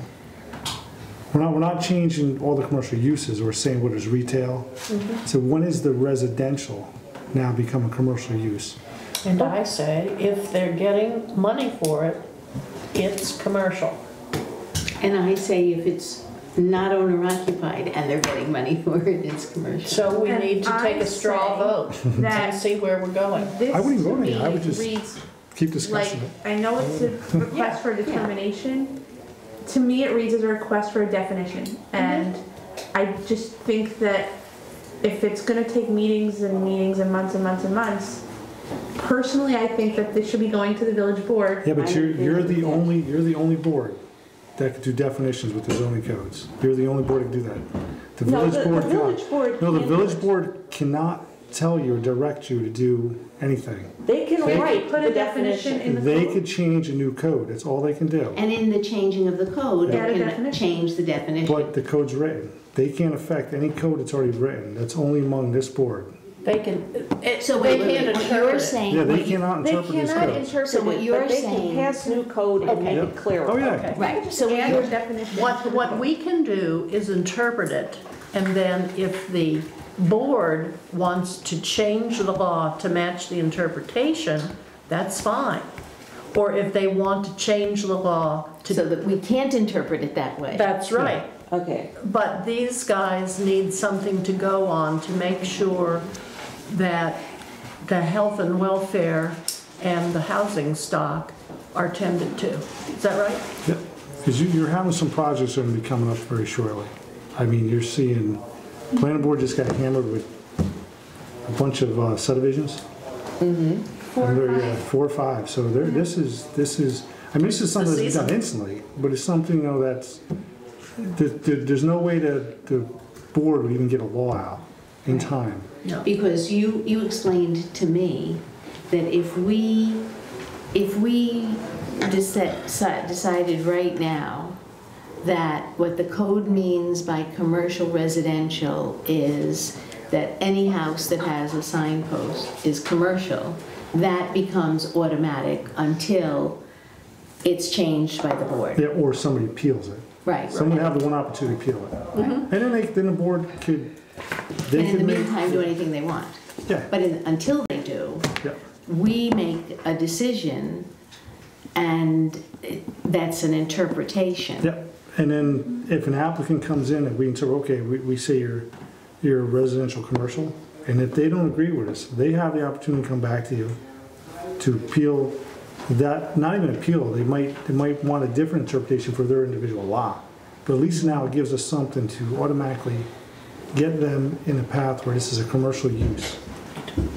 You know, where these other things, and most of them already know it. There's just no way. I mean, if everybody, let's just say everybody agrees saying anything that's rented, then they automatically know it's commercial use because it's rented. I mean, is that the right Yeah. decision? You guys Right. decide that, but I'm just saying as an example. Can I ask a question? So Raises the it bar. seems that the dilemma here, if we're gonna go forward with this, is whether or not the owner is living there, the owner occupied. No, that's, Vicky and I are the only two people who are, Right, and but the disagreement that you guys are having is Vicky thinks that anything that's rented becomes commercial, and your feeling is that if the owner is occupying the space, then it's not, right? So, but yes, but with all due respect, I mean, I'm saying this now, And we could go away and tomorrow, 20 other one considerations. of them or you or somebody could say, you know, what that means is blah, blah. And Right. I could say, as you were, oh, I didn't intend that. Right, I mean, the other Well, thing. there you go. I mean, that's Right. gonna be The the other- case, no matter whatever what we decision do. is made. Exactly. Yeah, the other, I That's think, why we get the big elephant bucks. in the room is Airbnb. Oh, yes. Oh, yes. Oh, yes. Yeah. Well, can I just, I want to ask, and this is the second half of my question, asking about the difference. If we say everything that's rented, or anything that's giving you an income or whatever, is commercial, let's take the hypothetical situation of Joe Schmo who buys a house and has an accessory apartment. What is the impact to him if that's considered a commercial property? If it's something that's pre-existing, Yeah. you know, there's really nothing, because it's pre-existing, but if someone wants to So build Joe Schmo something builds a there, house with an accessory apartment. let's say he wants to build Wants to build a two-family a house. two-family or so. house. Okay. on a You piece say of it's a property. commercial, more, different things from the zoning code would apply to that site, during site plan, he would Can have you to give some do. examples? There's parking, like I said, you know, Parking if it's over a requirements. certain size, of course sidewalks, if it's over a certain size. You had, The size of the, you know, well, I'll Special give you an permit. example. Special permit. There's a place where there's 3 two-family houses right now off of a street that starts with a C, and they're all two-family houses. So the residential code applies, and the residential requirements in here apply. And one of them is driveway, and for the driveway, it only has to be 12 feet wide. If it were called or looked at as a commercial property, it would have to be 24 feet wide with Yeah, two-way yeah. traffic, Well, with or storm minimum drainage and all this other stuff. Better stuff. There'd be more things that the planning board could require and that we could require than we can right now. That wouldn't be built right now because there's that one structure per lot law that was changed. But if somebody did put in a big two-family house with a whole bunch of bedrooms and they're renting it out, there'd be parking requirements, there'd be site plan No, requirements. But it will does it affect- differentiate? Because what you just said kind of concerns me. The reason that I asked was not because of the big projects, because obviously we want this in place so that when these big projects come along, there's as much safety measure in place as far as sidewalks and, you know, two-way driveway. I was asking for the little guy, you know, Joe Schmo, who builds, you know, his own house and he decides, let me put an accessory apartment in because it'll help me with my taxes. And I just want to make sure, like, Well, here- he's not going to have to build Well, a here, two-way like this one, driveway. here's a Depends residential, on how here's a much parking he residential has. driveway. Okay, so it's not Depends on automatic, all this is things. commercial, so Well, you this need one, all of this. here's one that would be affected if you went commercial. It's a residential driveway. It says residential properties not including apartment complexes. So it automatically excluded apartment complexes, which apartment complexes you already know is commercial. Those are, but now you have the residential properties could be 3 two-family things in there. So this would include it. So now it would include it, and what it says, it's they shall have a driveway not to exceed the width of 18 feet. So it gives us the planning board now, so that 12 foot, we can get you up to 18 feet. They might look at it and say it's a two-family, we'll keep you at 12 foot. Okay, that's what I just wanted to make Yeah. sure was that it doesn't like say you're renting to one person in this little like accessory apartment that you built, suddenly you need a sidewalk. Well, like I said, if you have an accessory apartment, you guys might want to not consider that. Commercially, you might say that. But you what know, I'm so- saying is that if we were to consider Vicky's suggestion, which is that any property that you are getting an income from, even if it's just, I'm just saying, if we chose that, it wouldn't automatically restrict even those smallest things like an accessory apartment. It wouldn't automatically subject them to What it sidewalk. would affect is new construction. So new construction they're going into already knowing what they're going to have to go into. That's Right, right. but they The wouldn't be existing, required. it would affect existing structures if they go to do some type of change Yeah. to the property, because then all of a sudden now they fall as commercial. Okay, And they so have to fall under question. site plan review. If someone decides that their residence is now going to have an accessory apartment, you know, the dog dies, the Yep. kids move out, they want to travel, they want to rent out a part of the house, have they just changed their, There's Property, actually a so- code for that. There's actually a separate code for accessory apartments. They're actually already, that's already addressed in the code. okay, so accessory apartments, and so what if they're renting out the main house and the accessory apartment? It doesn't say who has to live in which one.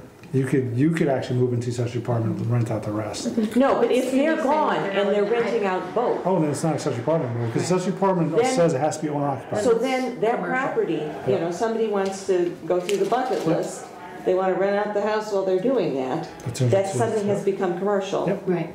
So Exactly. then we could theoretically say that a commercial property or commercial use is any residential or any space that you are receiving an income from that is not that does not fall under an accessory apartment. Yeah, or owner occupied. Or- I might want to use that word, owner occupied. Because there's really, sometimes really not much of a difference between a single family with an accessory apartment and a two family. Yeah, actually, I was just There really going is to not say much. that, because we either are listed as a single family with an accessory apartment, Or two family. or we're listed as a two-family. And there's no palpable difference. That's why you say if it's if there owner is. occupied, you cover both of them. Right. Which has always confused me, but okay. Then you're in kind that of weird thing. zone. Huh? You're in that weird little zone. Yeah, and that has an impact also. Yeah. And it would affect, like you said, I would like to suggest we go the other way around. Okay? Yeah. What is not a commercial property, rather than trying, you could have an accessory apartment that is exclusively for rental purposes, for income producing, which I think is very different than a owner-occupied house renting out one bedroom. So why not go the other way, Mark, and say, can Sally come to the board? Because I was actually working with this with her. Can you join us up here? No, please. Yeah, I think Is this it okay? is a Because- discussion, there's nothing on Well, the table. she's been involved with this with us. I mean, yeah, we've been, Yeah. I think Just in that case really- Sally's point is an interesting thing. I didn't know you were back there. It sounds So I like. came out, I went to the fire meeting and now I'm back. I'm sorry. Huh? Wait, let's let No, Tony I talk. had one I'm thing. sorry. This is very interesting, and it's We interesting hope to you like listen to, and I've been trying to take as much of it in as I can. I think what you're asking us to do is to define something that maybe Sally's method could be the best way of solving it. Number one, I think it's easy against some of the bigger projects, very easy to take a look at.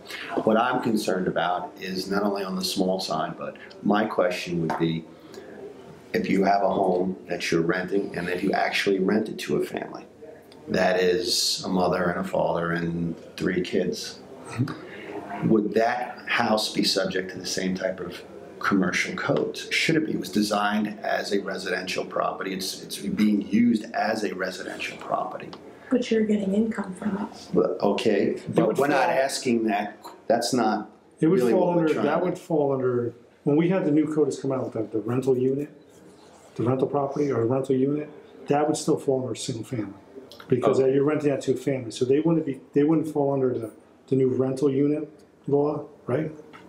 I don't think they Remember the would. rental? Well, That's what I was, remember last time we were still talking about, but that I would don't want still to get fall too under far. I single. just want to be careful to how we start to interpret what a commercial property is. If we start to Katie's point, it's a white elephant, and we could start to cause ripple effects outside of that by jumping into other codes that we're not really Well, that's why I was trying saying, to. that's what I was saying, there's that fine line of one single family on a single lot, whether it's rent or not.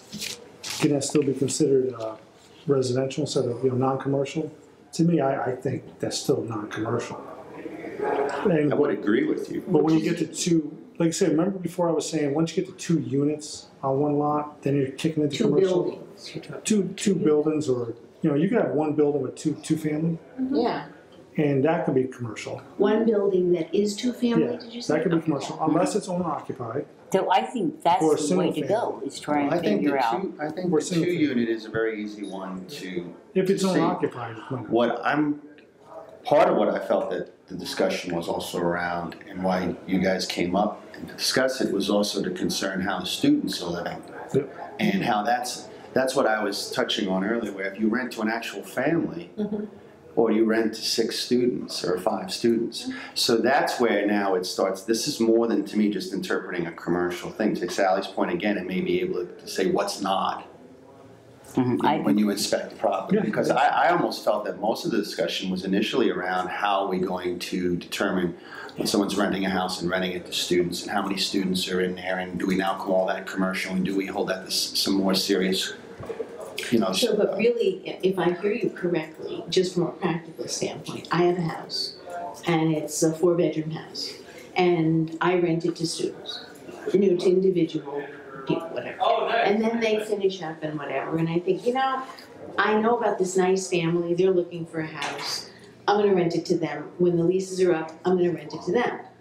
What happens to what I've been required to do because it was commercial, and now it isn't, if we say it isn't, or if it isn't commercial and I'm going along singing a song, renting it, and everything's hunky-dory, and then they move out, and I choose to, then I say I do have to rent to students.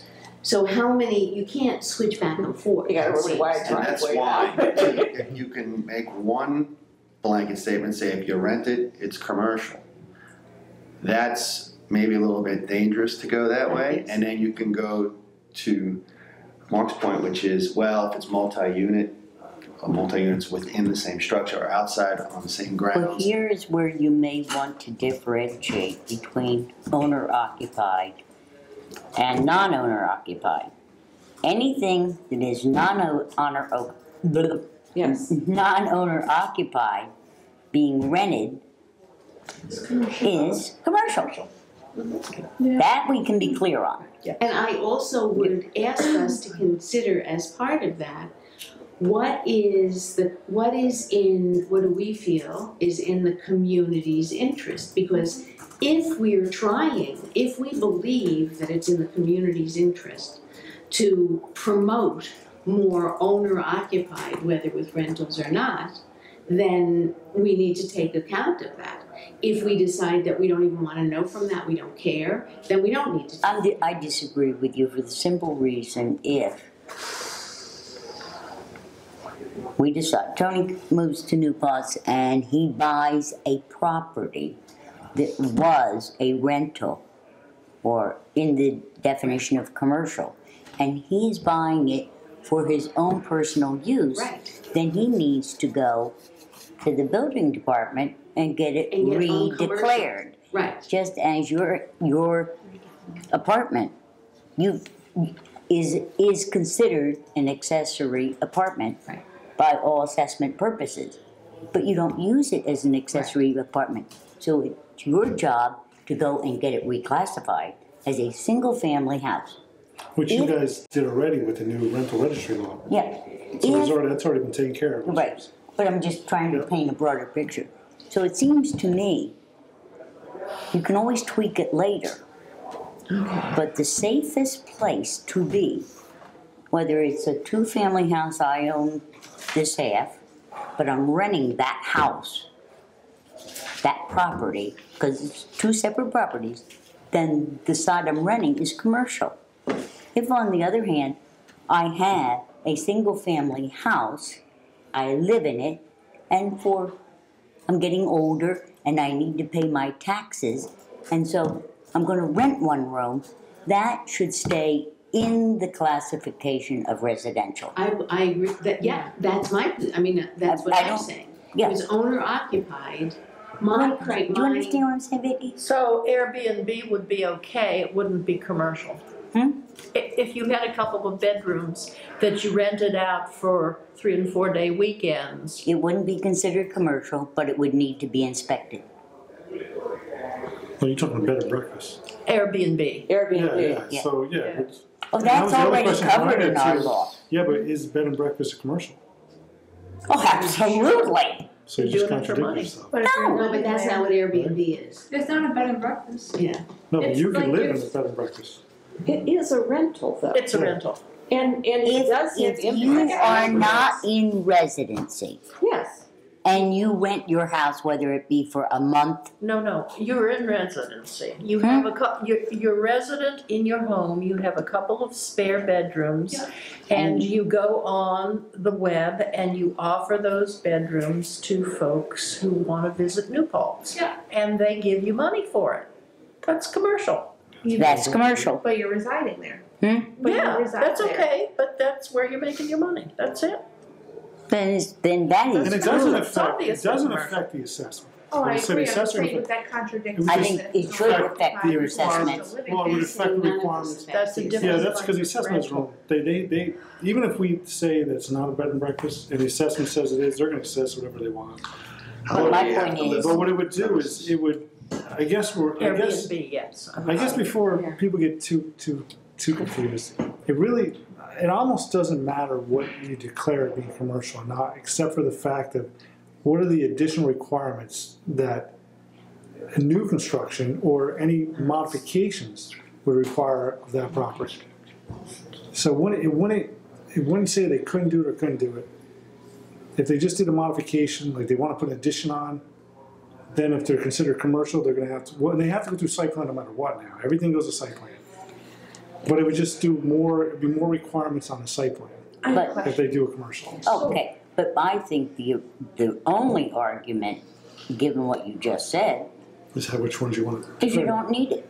Because the whole point of categorizing a property as commercial versus residential is the assessment you're gonna have on that But property. they're saying no. Then there's no point in doing Well, it. Yes, there is they're because- saying that there are different construction requirements, that there are different I safety understand requirements. that, And for that purpose, but from the village's unless, standpoint. unless, I mean, you could talk to the assessor and as your board, you could direct them to assess right, that use. I Yes. can't do And that. I No. certainly. Okay, That's but not- here's the situation. You have someone who comes and says, I am building 3 two-family homes, and I am planning on selling them to families. And so they build 3 You mean two-family. renting or selling them? No, they tell you at the time that they are building them, that they are planning on selling them. And surely Are that's they what all they on intend. one lot? You can't. Yeah. Well, you can't sell them because it's all on one lot. He'd have to sell the whole lot. Oh, okay, no, they would all right, so if it's on, let's just say, can 2 be on one lot now? yes, Yes, if in the some lot's zones, big in enough. some zones, yes. Yeah, okay, so you could have, I'm just trying to come up with a situation where someone says, this is what I'm doing. And they But you put them, can't sell it to 2 different people. Because it's Because still the one lot lot. is still only owned by one person, Yeah, it's still even if one there's lot. 2 dwellings on it. No, You know, keep your thing going, they let me keep sell it going, to I one believe they person. can, because they're, and then they say, oh gosh, nobody wants to live in these, I can't sell them, I'm going to rent them. Well, if you have 2 houses on one lot, when you go to sell that, you're selling that property, not the one house. That becomes a townhome Okay. if you do that. All right, I have a question. So let's say you say, here's an empty lot, I'm gonna build a 5-story house for my family. Katie, like she says, people move I got out, lots things of happen. grandkids. It is residential. You know, somebody moves out, you say, all right, I'm gonna rent out their room. Then, so it's, you're doing all right, because they're just renting out one room, it's still unoccupied. Then somebody else moves out, you rent out their room. Mm-hmm. Somebody else moves out, you rent out their room. Suddenly, you're the only one there, it's still only occupied, everything's up to code for a residential place. You're all good. And then you say, you know what, I could move south and take the money that I'm getting from these 4 rooms, rent out this 5th room. Suddenly, your house, which was to code because it was residential for 20 years, or, let's say, is now commercial because you're renting out the whole building. Mhm. Are you not required, what happens? For First of all, zoning purposes, it wouldn't affect the building code because it's Now still it's be. grandfathered? No, house the building structure code, the way is it's still constructed, is still states. considered a one-family house. It has to do with the zoning definition of what's commercial, residential, and the requirements in zoning. So it would They still have be nothing to residential, do with state, it has nothing to do with state code but it's requirements. a rooming house, which we just Yeah, established. but now all of a is sudden, commercial. we first of all, now you have to put a rental registry on it because it's rented out. But you still don't have the sidewalks and the parking. Are we That's only talking about required 2 different for a certain definitions of size. commercial? Well, You're that's, talking about commercial for the purposes Of zoning. of No, when is zoning and building code. yes, when does a residential house become a commercial use? Right, and what I'm saying is that if it starts out as a residential house, but then turns into a rooming house, which we would consider commercial use. But you're What gonna come in, happens? well, you're gonna come in, first of all, you gotta, the way the new codes are, you have to rent the registry. So before you rent out the first room, you gotta register the thing. And we tell you right then and there what you can and cannot do. Okay. Say you up and move out, because this is where we're addressing in some of the new codes. Remember so you up and That move out. isn't answering the question that I we are. think. No. No, it is. I'm That's not- what I was getting to. It's now for all of a sudden you. it said, yeah, Yeah, it'd it be for us to satisfies enforce you. that now. It Now all of a doesn't sudden it gives us the satisfy ground to the enforce it. taxpayers, Mark. No, I'm saying That's no, the I'm problem. saying now we go in and we can enforce that because you just changed the use. No, you can't force anything in assessment. No, we're not talking Unless assessment. We're not talking you assessment. have- She's not talking assessment. She's talking change of use. Change of use. Okay, Yeah, but that's so change of are use. you going to then say, oh, you now have 5 bedrooms rented out, your driveway is too narrow. You now need to widen the driveway and we want so many parking places. Right, there's not enough parking spaces. That's already in the Now code. commercial. So when they make that change, which of course they would tell you about. Then that's the thing. Yeah, well, We eventually find out. We eventually find Yeah, out. but Eventually find out. I mean, And we're having them right now. the same scenario's not problem new. that we are having right now with multifamily, where, we said, okay, yeah, you can have 2-family houses, and suddenly they become the rentals. Yeah. I think Joanna's given a good example of how someone could kind of do an end run. Well, that's what that's what just about everybody does. They Yeah. do that But in what we I'm find them and we saying- enforce the code on them. Yes, I'm not interested in his definition of commercial for the moment. I am. Yeah. But I think it's a 2-pronged problem. Change of use, it seems to me, should have some mechanism that when you change use and it becomes a commercial use, whether you build it lying about it, whatever the use of the building is at the time, that kicks a reassessment for that property. Because conversely, if somebody buys a single family house that's being used as a rental property and they take it back to a single family use, that assessment ought to change. And when you say assessment, are you referring to like inspection? No, sure. I'm talking about what you're paying in Assessment. taxes But on that's your not- property. That's not our business. Is that relevant to? That's certainly why is. I kept saying in our We're scenario it zoning. doesn't matter. We're zoning. You're being That's relevant. asked to Because make you a told us it definite. doesn't matter. No, in this case, no, because you're absolutely, you're zoning. You have nothing to do with assessment. No, that's because I'm running out of card space. I have to switch my card. Okay. You can, and I will do something else while you do that. Who was using it for other than a house, or as a residence, okay? Yes. And you tell her she's gotta go to the ZBA to get a change of use in order to live in that as a single-family house. Don't tell me they don't have jurisdiction and they can't make they themselves That's not what we're cannot. talking about. That's not what they were saying. Wait, They have no this is- jurisdiction for the assessment. What Mark isn't understanding you to be saying, I think, I don't want to put words in his mouth.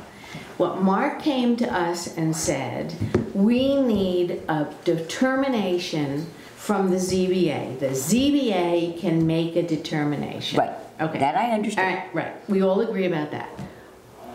The next step to that determination is what other uses can that determination be put to?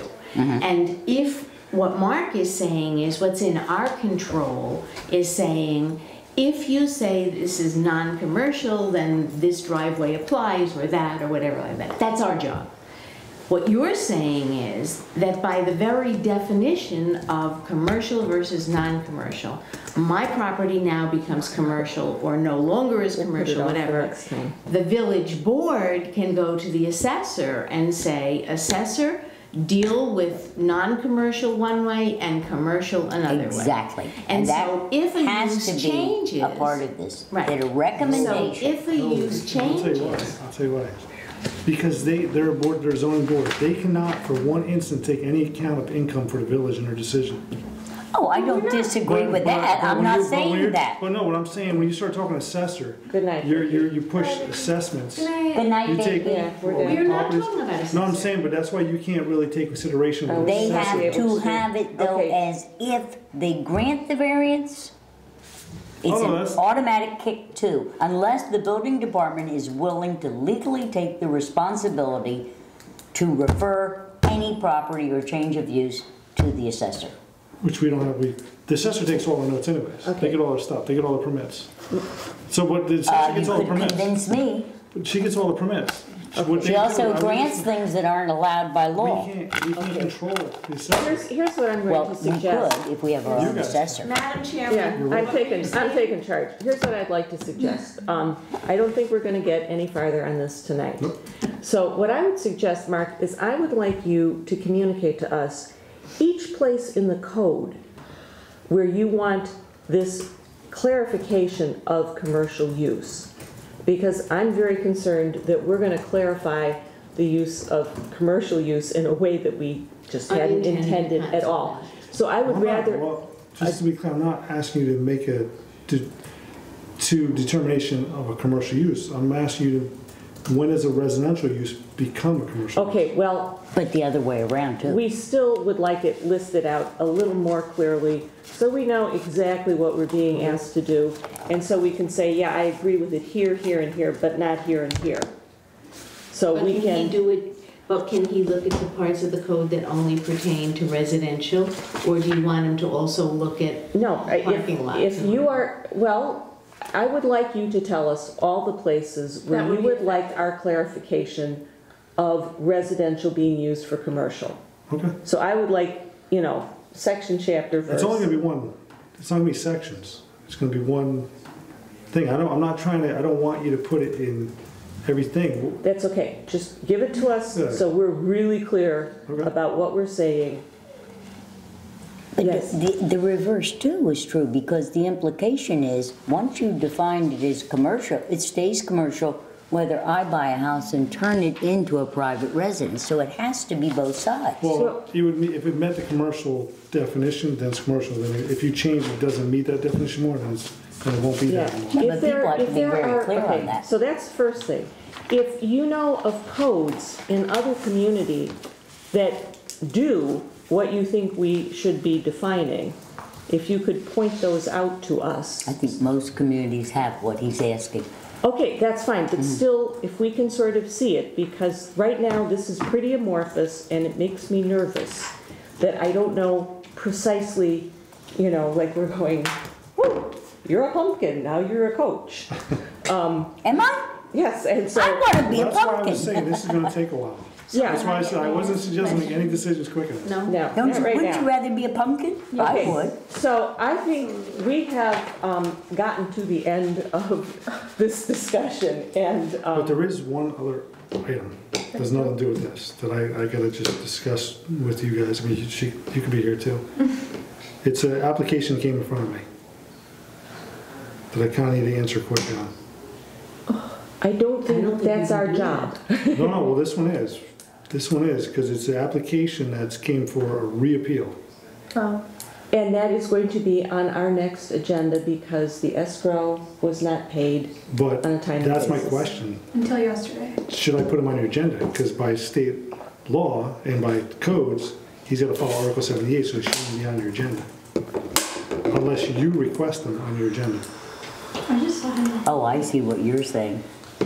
Well, I think that's a question for the lawyers. No, we already spoke to Will, it's a, Can we go into executive session for the purposes of discussing possible litigation? I think you should. I believe, yes. it should be quick. I mean, so I Okay, don't think so it's hold time. on. It's just- Excuse me, there is a motion on the table now. Can I have a second on that You motion? need to include who, You're not included. I'm not, but you need is Mark. With Mark. Okay, is there any discussion on the motion? You gotta leave. Me? I think me. No, you didn't include me. No, you. No, I'm sorry, Tony. Yeah. And thank you very much for Well, coming. that's my We'll pleasure. see you next time. See you next Yes, time. It's very you'll be nice. in there. Next meeting, you get the staff. He may regret this. Well, I think I have more questions than answers. I'm glad I found you, Tony. Yeah. Thank you, If yeah. I hit it, maybe I. He was here, he just All- didn't realize we were There's a here. motion on the table. All in favor? Aye. Aye. Okay, so we're in executive session. We are in So the only, exec. Sorry. Just wait 1 second. Okay. Count to 10, dear. Okay, we're rolling. Okay, I need a motion to amend the agenda to entertain the request for a what is the proper term? Rehearing. Rehearing of ZBA 1416. I am concerned, and I guess maybe Sally can answer this because you have more experience with village government. I'm concerned with voting on and adding this to an agenda 2 hours into a meeting that nobody involved was notified that this would be discussed, nobody involved was notified that this would be on the agenda. I just am concerned that we're voting on something without noticing it properly. Okay, we don't have a motion yet. Yeah, I just want to know if that's a, Okay. is that a thing? What action are you seeking to take? Just adding it to your next agenda and notifying the... No. No, the discussion, what Katie is asking for a vote on is whether we will allow for a rehearing. Apparently we have the option to allow for a rehearing or not. Yeah. And this was a last minute add-on 2 hours in the meeting where. It was on the original agenda. Okay. The agenda I got from you had yeah, that's right. 2 items on it. It Wait. was on the original agenda. Well, but people are not here, so if you are not making a motion, And I specifically told the applicant that it wasn't going to be on the agenda. Oh, then I really But don't this is feel not so open to public input. okay, What? so She we're, specifically excuse told the me, applicant I'm running the to meeting. agenda. There is, as You far as I just can meant tell, you no motion, so we're done. No. Okay. Brogan, what did you tell the applicant? That his application was not on the agenda tonight. So what you could do is move to add To to the your next agenda the decision to whether you'll have a hearing or That not. was planned on happening. That's not what you said. No, what I said That was was, already planned on happening, is what you're saying. I'm saying that we had already planned on having it on the next agenda. We were asked tonight to entertain something. The board is declining to make a motion to do so, so the matter is over. And it will be on the next agenda. It will be on the next agenda, so, As But planned. Katie, I think you ought to put it on this agenda to move to specifically have a decision at its next meeting, so it shows in the minutes that you are going to make that decision a month from now. You can do it either way. You can just, Sally, I'm respectfully declining to do that. I think okay. that, But it is in the minutes because we're having the conversation now. So It it's is, in the yes. minutes And it's that part of we the have public said record. that it will be in the agenda. and I believe that the applicants were told it would be on the next agenda. So, my question that I'm having is his application, are you going to allow his application in front of you? See, that's what I said. I said Say to that him. again. Are you gonna allow his application in front of you? Because we don't know whether to put him on the agenda, because if you vote to allow his rehearing, then we put him on the agenda. If you vote not to have a rehearing, he doesn't go on the agenda. We're then voting to decide whether we're what's on the agenda, as I understand it, is our discussion or our vote on whether to have a rehearing.